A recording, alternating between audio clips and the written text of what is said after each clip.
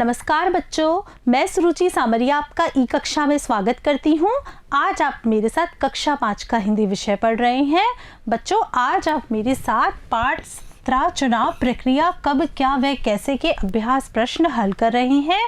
बच्चों, आप मेरे साथ यह पाठ पिछले भाग में पढ़ चुके हैं, जिसमें आपने जाना कि चुनाव प्रक्रिया क्या होती है, कब की जाती है, कैसे की जाती है तथा क्यों की जाती है। बच्चों, आज हम इस पाठ पर आधारित अभ्यास प्रश्न हल कर रहे हैं। तो आइए देखते हैं हमारा पहला प्रश्न क्या है। दीपक ने दौड़ते हुए आकर दादाजी से क्या पूछा।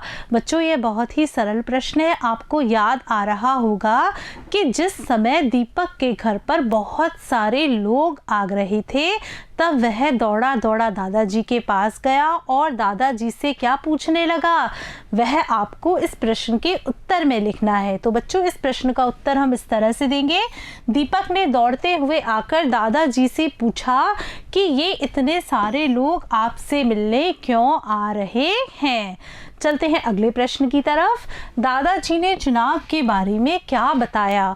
बच्चों, जब दीपक दादाजी से बार बार चुनाव के बारे में पूछ रहा था, तब दादाजी दीपक को चुनाव के बारे में बताते हैं।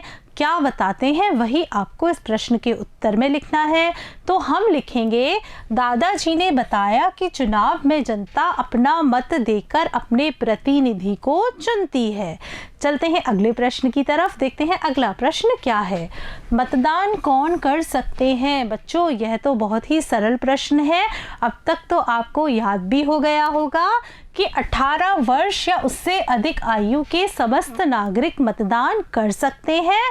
बस उन्हें मतदाता सूची में अपना नाम जुड़वाना पड़ता है। चलते हैं आगे, देखते हैं अगला प्रश्न क्या है। सही उत्तर का क्रमाक्षर कोष्टक में लिखें।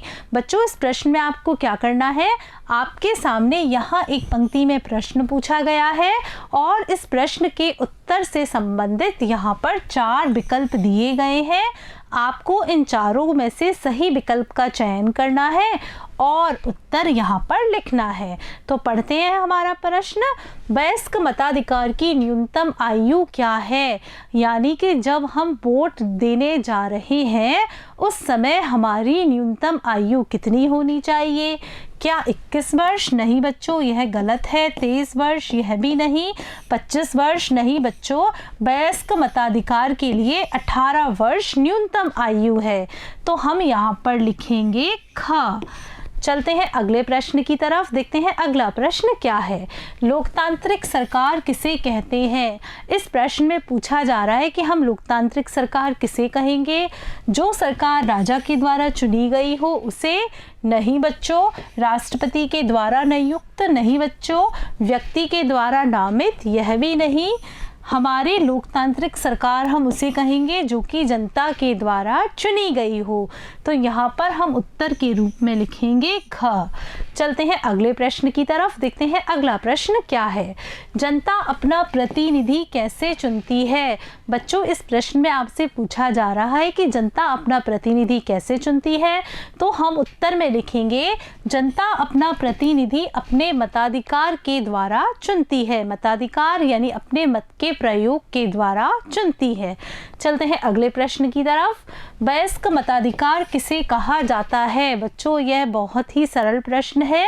इस प्रश्न का उत्तर हम लिखेंगे, 18 वर्ष या उससे अधिक आयु के सभी नागरिकों को बिना किसी भेदभाव के मत देने का अधिकार वयस्क मताधिकार कहलाता है। चलते हैं अगले प्रश्न की तरफ, देखते हैं अगला प्रश्न क्या है।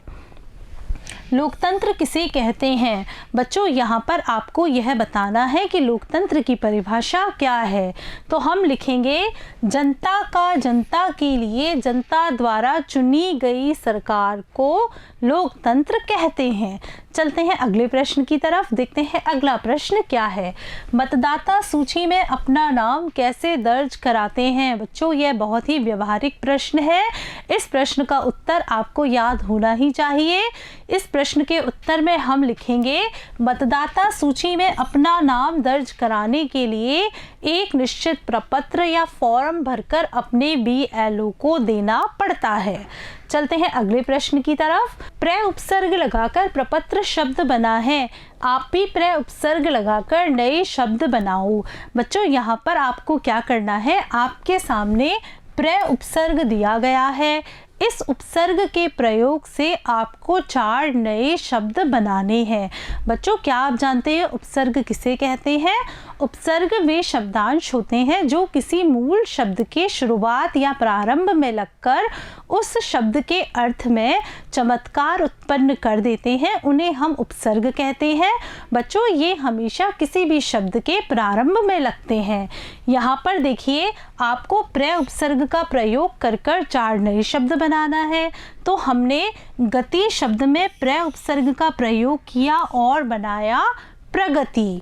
फिर देखिए योग शब्द में प्रय उपसर्ग का प्रयोग करने से हमने नया शब्द बनाया प्रयोग। पत्र शब्द में हमने प्रय उपसर्ग का प्रयोग किया और क्या बनाया प्रपत्र। ऐसे ही वचन शब्द में हमने प्रय उपसर्ग का प्रयोग किया, क्या बना प्रवचन। बच्चों ये शब्द तो मैंने बनाए हैं, आप भी ऐसे बहुत सारे शब्द बना सकते हैं जिनमें प्रय उपसर्ग का प्रयोग करना हो। बच्चों इस तरह प्रय उपसर्ग का प्रयोग कर हमने ये शब्द बनाए हैं, आप भी इस तरह से अन्य शब्दों का निर्माण कर सकते हैं। चलते हैं हम अगले प्रश्न की तरफ, देखते हैं अगला प्रश्न क्या है। राजनीतिक शब्द राजनीति धन एक से मिलकर बना है, आप भी एक प्रत्यय लगाकर नए शब्द बनाइए। बच्चों यहाँ पर किसकी बात की जा रही है? यहाँ पर प्रत्यय की बात की जा रही है। आपको क्या करना है, एक प्रत्यय का प्रयोग कर नए शब्द बनाने हैं। क्या आप जानते हैं प्रत्यय क्या होते हैं? बच्चों प्रत्यय वे शब्दांश होते हैं जो किसी शब्द के पीछे लगकर या किसी शब्द के अंत में लगकर उस शब्द के अर्थ में चमत्कार उत्पन्न कर देते हैं, उन्हें हम प्रत्यय कहते हैं।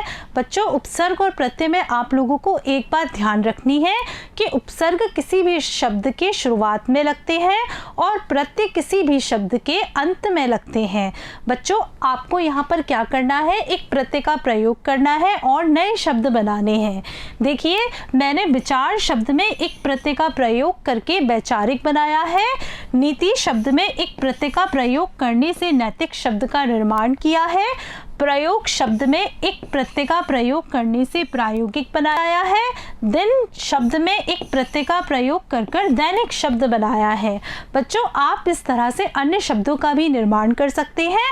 आज आपने मेरे साथ आपकी पाठ्यपुस्तक आओ सीखें भाग 3 के पाठ 17 चुनाव प्रक्रिया कब क्या व कैसे के अभ्यास प्रश्नों को हल किया।